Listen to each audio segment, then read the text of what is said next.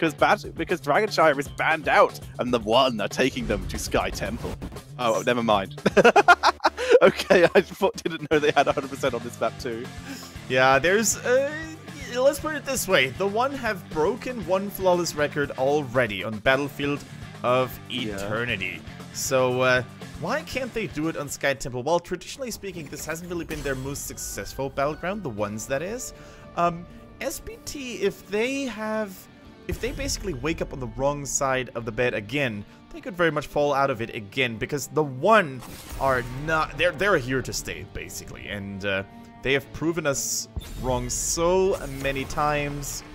Strong team fighting early on, but like I would actually say at this point, they're the strongest team fighting team in those early stages of the game in the league. I would agree. The One are definitely probably the best team fighters in the league, and potentially one of the best in the world, but there are a couple other things that they need to work on before they can jump into that top echelon of teams. But for now, they continue to impress, and I'm still super happy that they are going to be the ones representing. I had to get one in as well. Representing China here. Yeah, absolutely true. So, Malfurion on the one side, Tracer on the other. That seems to be a reoccurring theme in these playoffs. By the way, is Chen Zhao only wearing half his jacket? He is. The other half is behind him. Swag. For reasons. Swag indeed. Speaking of swag, being the nerd I am, I sort of woke up and came straight to this cast after eating. I didn't actually look out my window. There's like 2-3 inches of snow out there. Good to snow. As we wait to see what is going to come in with the Tracer. Are they going to revert to the Tassadar? Yeah, I think Tassadar could actually be a really solid option here. It felt to me that the protection that they had in game number 1 really hurt them because they didn't have it in game number 2, and the Warriors in particular, Soap and Misaka, they played so recklessly, so aggressively at times that I think they were still expecting a shield on them, or they were still expecting some additional protection on them. And Stukov traditionally has a little bit of a problem at keeping everyone alive when reckless engages are made because of the distance between the heals, and we really see ZZH suffering because of it. For now though, shields galore to keep Zhen Zhao and the Tracer alive. Hey kid, you tried this new thing? It's called shields. All the cool kids are doing it, and Tracer is going to be so sustainy because of it. He's going to be the coolest kid of them all. Yeah. Tracer is just like a big kid, right? Always excitable, running around, hyperactive. And she gets to go to Blizzard World in that trailer we saw in the commercials. It's so... I want to go there too. Same. I'm still waiting for it to be real. Get to it, Blizzard. As we await to see, calling Blizzard out on their own stream. What are you going to do about it? As we see Tracer and Tyrael Tassadar being such a sustaining combo, what is best to ban out here? They ban out the extra damage because another damage dealer would probably be required, and that would mean Tyrael is the solo tank, but SPT have shown they are very willing to do this. Now, they're thinking of a Zarya ban. Clearly, they want to keep all them shields to themselves, but the One, they haven't actually played Zarya once. It was only Soa who busted the strongest woman in the world out up to this point, so I'm not sure if that wouldn't be wasted. I mean, it's a solid ban in general. It's just unexpected. I can see what you mean. I don't really like it, to be honest, because there's not even a double, it's not even a 2-lane map. And you can see his reaction. He was like, that was either, what the hell are they doing? Or that was, damn it, they figured us out because we played it in the scrim against them in the past. Yeah, let me see if they've played it in the league. Yes, they have. How often? Alphabetical order, please. Zarya, twice with 100% win rate. I mean, not bad, actually. The point I was trying to make is that it's not even a 2-lane map where Zarya picks have been a little more popular in general. And I'm not really sure if Sky Temple is a pushing map early on to begin with. Of course, those longer fights around the temple can really be super good for Zarya because she keeps people more sustained, allowing them to stay on the platform a little longer. But here we go, Hehe on that Arthas once again, most likely. Okay, I want to see Falstad for SPT. Give them that global potential. They have Cassia banned out, so they're still going to be able to do some decent auto-attack stuff. Falstad can take the Giant Killer later on. It's that or the Tychus. You got to shred that damage. Tychus would be a little bit more sustainable against the Greymane because of the amount of armor he can get. But Falstad would just give them such a map control advantage, I would argue. Falstad could also keep Arthas at bay, which is something they really lacked in game number 2. Like, once he got near you, he basically stuck to you like glue. So they need their own rubber to deal with the glue here. As what can we see? They need support for starters. That's likely going to be Rhaegar or something similar. ZZH very much likes his Rhaegar. And of course, it's very hyper-mobile with that Wolf Run. Going to be very hard for Arthas to pin down. Lucio might be the other option for similar reasons. But no, Rhaegar and Sonya. So they stick with the solo tank, but pick up a Bruiser instead of like another range like Cassia to still sort of fit in at least another front line. And they add some crowd control. That probably means, though, that Soap will likely not be on the Tassadar again, because I can't see Melody on a Sonya or a Turiel, so it's probably going to be him on the Tassadar. That's what he used to be playing in 2017, where the double support meta was in fashion all the time. So what does the One now need? How many interrupts do they have to the Sonya? Only 2 up to this point, with heroic abilities. Yeah, and another tank would be pretty suitable for them right now. And no! Oh! He's finally arrived after 10,000 years of banishment. With Maiev bad, Illidan returns. The prodigal son, Hugo, is going to show us some cool stuff. The thing is, Tetra, if you're actually using Twitch years as your time measurement, you could be right. Yeah, Twitch years or Blizzard days is basically Blizzard soons. So we see the Illidan coming in with Arthas already on their side. Sonya might be okay. This melee mage damage could be pretty helpful here. Tracer, though, could have a lot of issues against this Illidan. All right, and for those of you who are new to the wonderful region of China, who are new to HGC China, let it be known that Hugo is the best of the best Illidan has to offer here. He's going to tear things apart if left unattended. And guess what? The greatest counter, Arthas, is in their hands as well. And if you think about it, how many Illidan counters are there on the side of SPT? Sonya is okay, but aside from that, not really that much. Yeah, Tass can be evaded. Storm's decent, but still it's not perfect. Yep. That's an interesting one. Like, a melee and pulse bomb are good, but the majority of it can be blocked. Tyrael is not much good, really, against Illidan. Honestly, this is a great draft by SPT, and SPT, their entire strategy right now should be to ignore Illidan and go for everything else, as we load into game number 3. Game number 3 is on the way, and I just started my way to 11 seconds latency. I'm sorry, Tetra, but I'm going to introduce Team SPT to you once more with Zhen Zhao on the Tracer. Melody C is going to be his best buddy on Tassadar. Misaka plays Tyrael. Soap on Sonya. And last but not least, ZZH on Rhaegar. I'm going to request you to do the other team while I try and catch up to you. Okay, Hugo on Illidan. Lucky on Hanzo. Meng plays Greymane. Zado on the Malfurion. And Hihi on Arthas. And together, they are the One. And, the One in 11-1 right now. I'm getting to 10. Okay. I mean, I can 11! Just, boom! Got it. Nailed it. So, Root comes out, not going to land onto Misaka yet, but Misaka does reclaim the Watchtower pretty quickly. But yeah, this Illidan pick, out of nowhere, we're seeing simple geometry for Hanzo, a little bit of PvE giving them that boss potential, and Tassadar responds appropriately, I would argue, going for the Globe Talon. Is that a battered assault that we see here for Illidan? I believe that is the one. I don't even know his colors anymore. It's been so long since we've seen him. I will double check for you. It is Battered Assault. Here we go. So now we're basically having a touch of Timeless in this game, who also is a very formidable Illidan player, and who basically gives up the Immolation aura whenever Illidan uses his W. And instead, we're having more Life Leech and just more damage altogether. Extra damage. Yep. Yeah, this is the idea here. When you play Illidan, you have the choice. If you plan on PvEing and going for the hunt or doing lots of mercenaries, you're going to get far better value out of Immolation. That's the Assault, on the other hand. You can still PvE and lane clear. without the immolation. It's just a little bit slower. So Battered Assault is your commitment of I'm either going for Hunt or Metamorphosis. It's a little bit more open and flexible than immolation. Wait a minute, Hehe is on why the is he wrong here? side of the map. However, if the enemy team stacks up very nicely, those Malfurion heals will be able to keep him alive. The more heroes get hit by one Moonfire, the bigger the heal is going to be.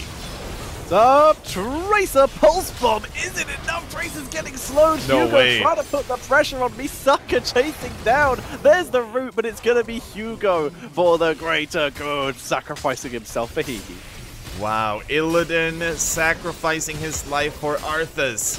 Hehe baiting his teammate, unfortunately, into that reckless behavior, because otherwise he would have been the one to fall. But as you said, I don't even know why you position yourself that deeply as a low mobility warrior. You can do those things with an ETC, maybe with a Muradin, who can get out to safety very handsomely, but with Arthas, not so much. I mean, it was very clearly a camp raid, expecting to like maybe find Sonya, maybe just find Rhaegar, but he kind of got wrecked because he didn't have the rest of his team there. There were way more people there than he expected. Absolutely. Now, Jin Zhao taking a little bit of poke here, taking even more damage. Misaka, that is, and TheOne, they're already making sure that the middle lane stays in control. For now, though, Hanzo in the bottom lane. The Seashine camp actually had been stolen earlier by SPT, so they're going to go for yet another camp. It seems really cool talent here, highlighted by our Observer, by the way. It's the Immortal Coil right now. Sorry, it's the cooldown reduction and the increased range first, and the Immortal Coil could actually follow at 7. Because if you think about it, there isn't really a lot of crowd control available for SPT. Only a slow at max. So why even go Icebound Fortitude when you don't even get stun rooted anyways? It's a cool idea. The Death Lord plus Immortal Coil plus potentially even Embrace Death. Absolutely. Because what have we just discussed in the previous series works pretty well against Tracer. It's point-and-click damage, and this can get seriously high in terms of damage numbers. Yeah, in fact, that is the talent build that I would like to see coming in from Hehe here. Let's see if he can manage to stay on the platform. Tracer, Jin Zhao is trying to be as annoying as possible to charge up the heroic ability and, of course, deliver the poke as well. Takes a little bit of damage here, though.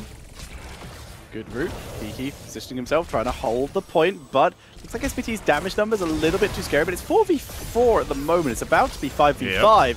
As we see the potential wraparound coming in from Hugo. Jin Zhao already pretty low. He is used the recall and blinks away. He should... Actually, he might not survive. That all depends on whether he has a blink. Here goes one. Cocktail too short. So close. Yeah, that was really cool done, actually. He waited until the very last moment until he used the recall and made sure that Illidan had no way of actually chasing him down, because Illidan, one of the few heroes who can keep it up in mobility. Yeah, it was also too far away, but Hugo now is still available to help his team fight through this. But Tracer, fully healed up, thanks to the fountain, is pushing forward. Hehe, once again, round 2. This time they're able to get him, and it's Hugo and Hehe both going down. Oh, Jin Zhao very nearly dying, as did Misaka. Meng very nearly putting on the hurt. Yeah, Misaka and Jin Zhao, they both get away with it. They must have been at 10 HP each, respectively. That was insane. TheOne, unfortunately, getting a little unlucky here right now. Meng could have had a double kill otherwise. Arthas did, in fact, go for the Immortal Coil here, going for that poke damage. Very excited. Good to see. We'll see if it does work out for him. Illidan versus Sonya. Sonya will probably eventually win this due to the fact that she just goes straight through it. Hugo's evasion, and with the reinforcements of Jin Zhao, this fort shall be forfeit. Yeah, there's one thing you need to do as an Illidan if you lane against Sonya, and that is evading the spear. If the poison spear lands, there's almost nothing you can do anymore, because you're going to take so much ability damage over the next few seconds that not even Illidan can regenerate at all. Now, as fine... Even Thirsting Blade. Go for it, yeah. Even with Thirsting Blade, he would not be able to sustain through all of that. That was it, sorry. I mean, even if SPT plays this super well in the early game, they will have to keep up the pace here. Because the moment level 10 hits, with Illidan potentially going for Metamorphosis, with the Twilight Dream becoming available, with Arthas being way more resilient, it could all turn around. And look how TheOne are forcing this before their opponents get level 10. Eldrin's might into the backline, try to force them onto the boss stun. Nice pulse bomb on Lucky. Lucky gets deleted. Meng is in full retreat. Soap is low though. Down goes Soap. But Chen Zhao is cleaning up. Meng drops He getting at ZZH, but the Ancestral onto Chen Zhao for good measure. And he dives back in to stop the boss leashing. Wow, and these are the moments where you as Chen Zhao say, why, oh why didn't I go unstoppable? Untouchable, sorry. Yeah, please stacks, but not able to do so. Hugo tried a 1v1 for a bit, giving himself a little bit of freedom and giving his team some XP because they are not level 10, as level 10 was hit partway through that fight for SPT. Boss pushing in the bot lane, down goes the wall, and this is before even the second temple phase. Yeah, and here we see that boss fight again. Now, as crazy as it looked at first glance, I think it wasn't actually that bad of a call for the one. They tried to force something before their opponents hit level 10. With Hanzo, they had so much PvE damage there as well. Meng almost surviving there, but not in the end, in ZZH falling, but it was already too late because because it didn't even matter. Like, his team had already established so much dominance. The one, though, they secure the bottom temple, getting a little bit of value now in return. Yeah, and it was a nice move by Illidan to go into the backline, and he did get his kill, but by that point, Chen Zhao was just destroying. In fact, that Ancestral wasn't even needed to keep Chen Zhao alive. It was just in case. Have as much healing as I can give you before I die. All right. We're trying to get some forward damage done without the help of the temples. He is hidden. Don't think SPT saw where he was. He activates his Frozen Tempest now. But the camera doesn't want us to follow the move. So heroics are being held and hidden by Malfurion and Illidan, the brother Storm Rage, as you see them moving in, looking for Chen Zhao. Not able to get him here. Yeah, so what are we going to see here? Is it going to be the Twilight Dream? Is it going to be the Metamorphosis? Here it is. Metamorphosis unlocked. Hugo now a lot harder to deal with.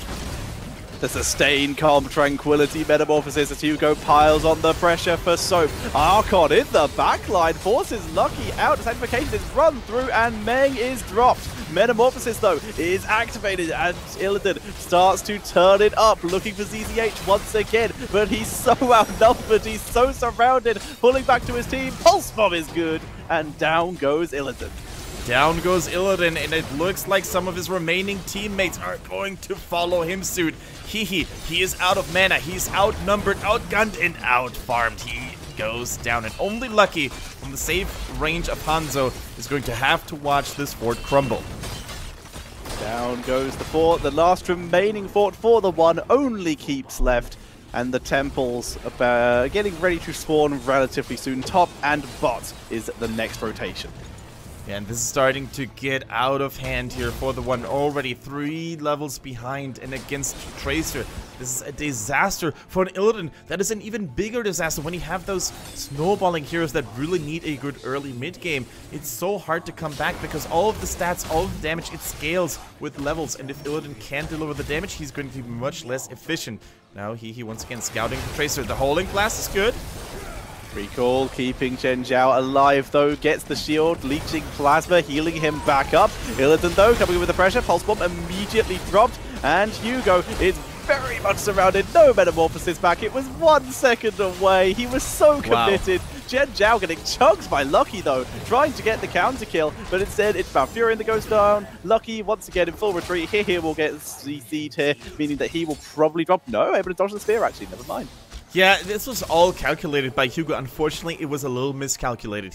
As you said, 1 second until the Metamorphosis would have been ready, then he could have absorbed, or he could have baited so much damage onto him, only to come back stronger than before with bonus hit points. Unfortunately, it didn't work out. Illidan fell first, and from then, it was just a question of time until his brother and Gremlin followed. We see Melody C getting focused, decent positioning by Arthas. Hugo eats yet another Pulse Bomb, probably his 3rd or 4th for the entire game. Not his fault, it's just Tracer is on point this game. Absolutely true. Tracer is a beast, and if Chen Zhao is good at anything, it is making lives a living hell for his opponents. We all remember that he used to be the best Vala in the region, now he's basically turning it up to become the best Tracer in the region. I'm pretty sure you could put him on Murky and he would become the best Murky in the world at this point. He is so good in just anything he is given. And we do see the slight trap set up by TheOne. They need to find XP somewhere, so it is attempted burst, attempted blow-ups by ganking from the side. Even Talons on levels down, they have to do something. Sag blocks the Dragon Arrow. Hanzo so far away. Main goes down. Metamorphosis hits no one. Trying to focus down, so Boss is back, but it doesn't actually get aggro. Zhao blows him up! And Zhen Zhao gets 1, gets 2. Eventually, this will take a while because Zato's basically full health, while Tyrael focuses on here. Actually, let's say Zato. Oh, nice ice block. Beautiful survivability there. Yeah, oh my goodness. And TheOne, they're starting to get unluckier and unluckier. First, it was the 1 second mishap by Hugo on the Illidan. Now, it was the Dragon's Arrow that was actually aimed just fine. But as you said, there was a Sanctification blocking all of it, making it whiffed completely. Saka crushing dreams of TheOne here. Moving on to the second boss of the game. SPT take that with no issues at all. Yep. And TheOne, they've been trying to get their way back into the game with exactly what we say they're good at, team fighting. But this time, SPT are just crushing them at every turn. And with the 3-level lead, single talent lead, it was going to happen this way. Yeah, and I think they're trying to apply even more pressure. SPT, that is, a mercenary camp. 2 mercenary camps actually approaching slowly but surely. The boss is already hammering on the keep, which had already been brought down to 60% health beforehand. And let's see, there is a Sanctification ready in 9, which could help them really hard when it comes to taking down the core. Tranquility is active. He's keeping Hiki at least a little topped up, but he's getting focused. It'll get onto the backline, focusing ZZH. Here comes Greymane as well. ZZH dropping low. Here's the Sank, though, and Hugo goes down. Zato taken out after the ice block, and that's going to be it, Kendrick. GG, as SPT take game number 3 and put themselves 1 game away from going through in first seed to the Eastern Clash and becoming our Chinese champions again. Zhen Zhao played like a vacuum cleaner, sucking in 1 team member